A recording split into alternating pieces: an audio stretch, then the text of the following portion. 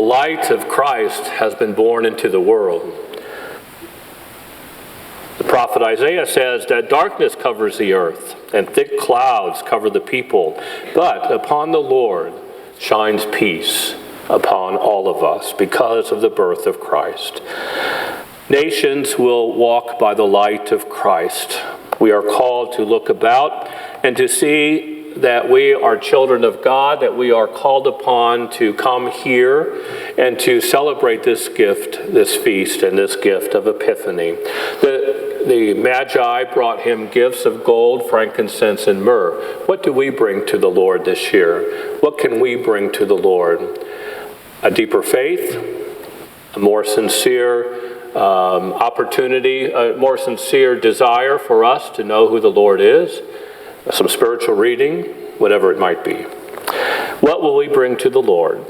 The light of Christ scatters the darkness of the earth. It's pretty clear to me and to you that there is still much darkness on the earth.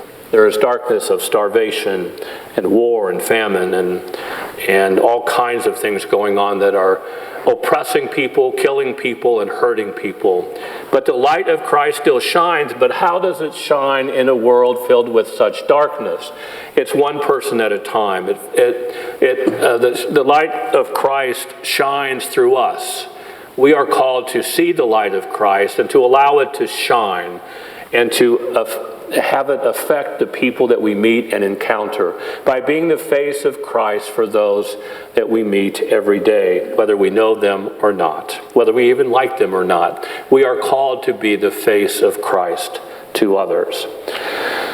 You know, we do this so often, and even as priests, in the scriptures it says, does our heart throb when we gather here?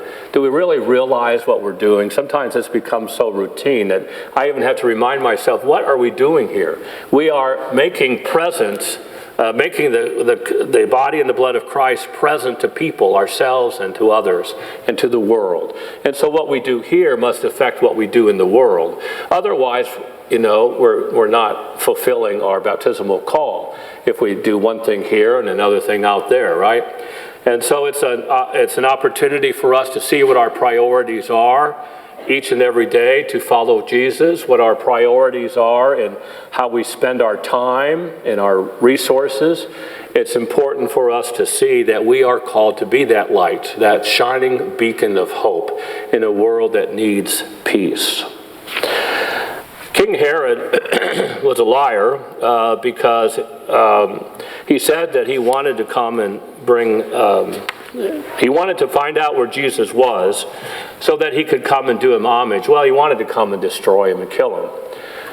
Herod was threatened by Jesus, the birth of Jesus.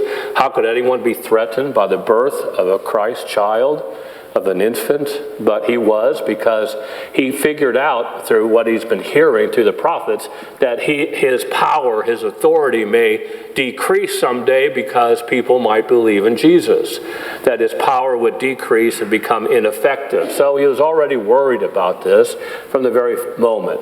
And fortunately, the Magi, I'm sure through the power of the Holy Spirit, didn't go and report back to Herod where Jesus was born. Otherwise, the whole story of our faith would have been so different. But it's an opportunity for us to see that we are people of faith, that we are people who want to come and on bended knee to the presence of the Christ child. And you know, now we're ending our Christmas season, technically tomorrow. In fact, for those who'd like to go to 8:30 Mass tomorrow morning, there's a Mass tomorrow normally we don't have Mass on Mondays, but tomorrow is the Feast of the Baptism of the Lord. And often the question is asked, when does the Christmas season really end? It ends with the Feast of the Baptism of the Lord.